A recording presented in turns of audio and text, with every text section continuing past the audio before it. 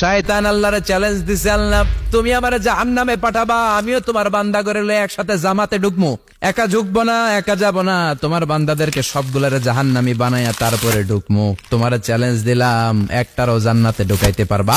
আল্লাহকে তুই আমার চ্যালেঞ্জ দিলি? আমি তো সব রাজার বড় রাজা, মহারাজা, আমার চ্যালেঞ্জ দেশ, এত সাহস পাইলি কই? তুই আজীবন বসবসা দিয়ে পাপ কাজ করাবি, একদিন তাফসীর মাহফিলে এসে আমার বান্দা ক্ষমা চাবে, আমি মাফ করে দেবো, তুই কি করবি?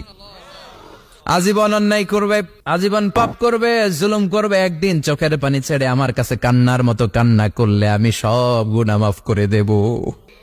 সাইয়েদনা আদম আলাইহিস সালাম ভুল করলেন, দুনিয়ায় এসে শত শত বছর কাঁদলেন, কিন্তু ক্ষমা হয় না। আল্লাহরে বললেন, আল্লাহ কি করলে ক্ষমা পাবো বলো? ফাতালাক্কা আদামু মির রাব্বিহি কালিমাতিন ফাতাবা আলাইহি। আল্লাহ বললেন, ও আদম, তোমারে কিছু কালেমা শিখায় দেই, এই কালেমাগুলো দিয়ে আমার কাছে দোয়া করো, ক্ষমা করে দেব।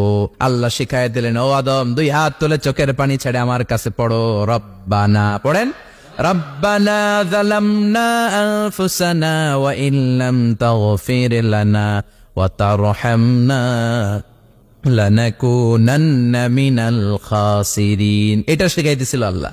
আল্লাহ, আমি জুলুম করেছি, অন্যায় করেছি, ভুল করেছি, পাপ করেছি, তুমি যদি ক্ষমা না করো, ক্ষমা করার কেউ নাই, ঠিক কি না? আমরাও পাপ করলে এই দোয়াটা পড়ার দরকার আছে না নাই?